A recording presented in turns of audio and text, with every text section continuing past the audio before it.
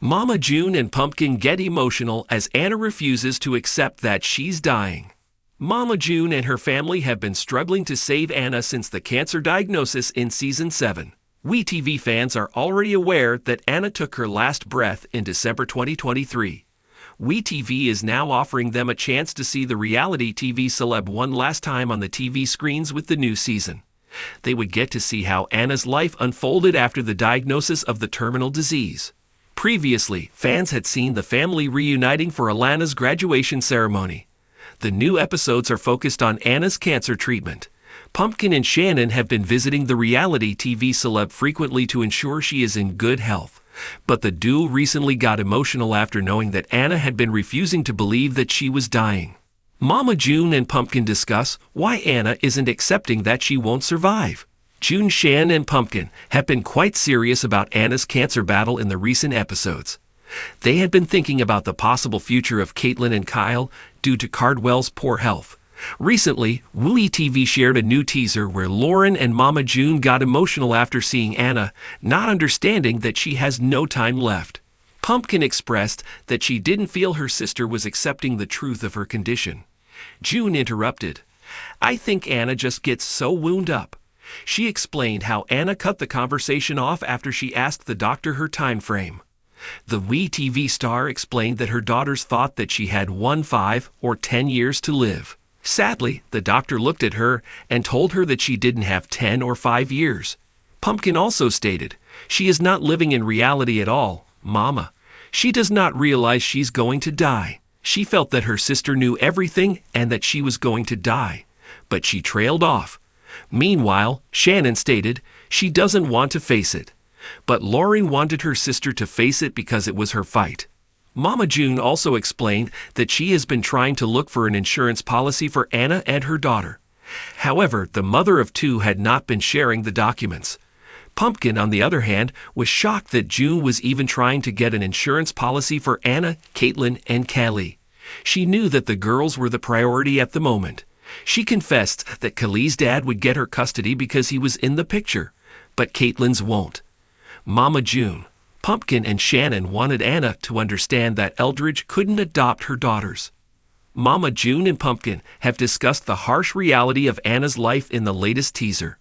They have accepted that the WeTV star won't be able to make it for over a year, so they wanted her to fix everything for her daughters, Caitlin and Kylie. June shared, "She's in the reality that Eldridge, just because they're married, he's going to get the rights." However, she was angry that Anna was not trying to understand the reality that Tunney couldn't adopt them. Meanwhile, Pumpkin has made it clear that they won't interfere in Anna's fight, and that they will let her continue it. She went up to leave and said, "Well, you wanted the F*** King Mama title back. You can have it back." Keep coming back to TV season and spoilers to find out how Mama June and Pumpkin will make Anna accept the reality. As the summer sun cast long shadows across the Georgia landscape, the Shannon family found themselves gripped by a reality too painful to fully accept. Anna Chickadee Cardwell, Mama June's eldest daughter, had been fighting her cancer diagnosis with courage and grit. But beneath that bravery lay a harrowing truth no one wanted to say aloud. The treatments were no longer working. Still, Anna was determined to live on her terms. She was not ready to say goodbye. Mama June and Lauren Pumpkin Efford were doing their best to be strong, to rally behind their beloved daughter and sister. But behind closed doors, they were breaking. Filming for their latest season had only intensified the emotions. There were no scripts, no easy edits. The reality was as raw as it gets. A young mother slipping through their fingers while refusing to let go. Denial or determination? Anna's refusal to accept her prognosis didn't stem from ignorance. She had done the research, attended the appointments, and endured the painful treatments. But she clung to hope like it was oxygen. Friends described her as stubbornly optimistic, clinging to future plans, talking about birthdays, holidays, and even a possible vacation, as if cancer hadn't taken up permanent residence in her body. She made bucket lists, planned matching outfits with her daughters, and filled her planner with dates, not chemo appointments, but barbecues and movie nights. When doctors gently urged her to prepare for the next phase, she smiled and changed the subject. That refusal to accept the grim reality created a quiet but powerful conflict within the family. Mama June, trying to be supportive, often found herself caught between respecting Anna's wishes and grappling with her own grief. She watched helplessly as Anna dismissed hospice discussions and insisted she feel better soon. Pumpkin, more practical and emotionally raw, couldn't hide her frustration. She wasn't angry at Anna, just terrified. And the more Anna brushed off the truth, the harder it was for the family to process what was coming. Private struggles behind public smiles. To the outside world, Mama June was a pillar, posting updates, thanking fans, and staying strong for her followers. But those closest to her knew she was unraveling inside. Her face showed the toll, stress-worn and pale, her smile tight, her eyes tired. The weight of watching her child fade while pretending everything was fine became unbearable. At home, June kept vigil.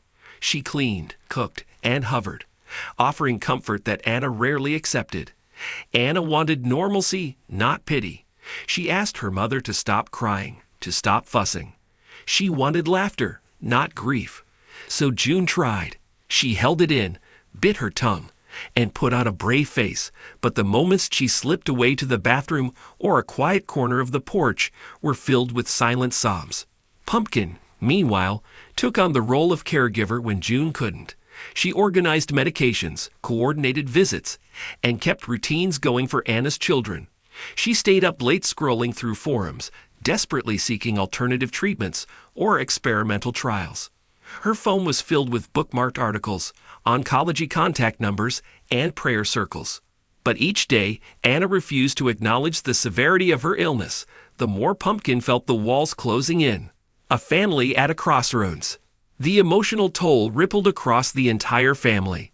Even Alana, away at college, made regular weekend visits, trying to soak in what time was left. She brought homemade crafts and stuffed animals for her nieces, trying to inject cheer into a home that had grown quiet.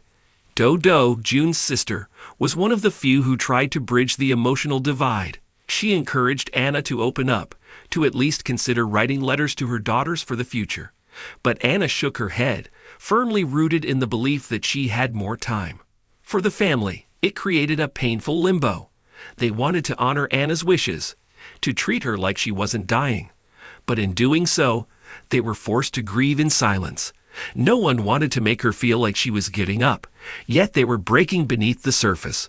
Pumpkin, always the rock, found herself waking up in the middle of the night in a cold sweat.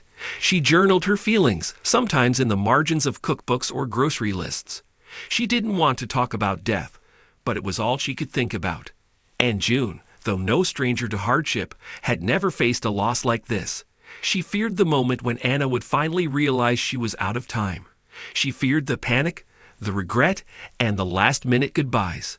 But most of all, she feared the silence that would follow. A silence too loud for a mother to bear. A quiet turning point. It wasn't a dramatic breakdown or a screaming match that changed the tone in the household.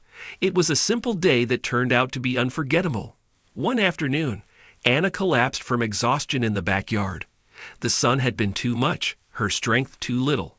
Pumpkin rushed to her side, heart pounding. For a moment, Anna couldn't catch her breath. The family feared the worst. It passed. She recovered. But something shifted. Anna, now faced with her own physical vulnerability, began to ask quiet questions about what would happen if things got worse. She asked about her daughter's routines, bedtime stories, school drop-offs. She asked about her funeral song preferences, quickly brushing it off with a laugh, but the question lingered. Mama June, hearing this change, cried in the kitchen later that night. She didn't want to accept it either, but finally the door had opened, just a crack, to start saying goodbye. Preparing without permission. The family began to prepare quietly, even if Anna still resisted formal conversations. June started making video recordings, short messages from Anna for her children, captured during casual moments when she was laughing or telling stories. Pumpkin collected family photos, organizing them into albums for the girls to have later. They didn't tell Anne everything they were doing. It wasn't about deceiving her. It was about preserving pieces of her while she was still here. They needed to be ready, even if she wasn't.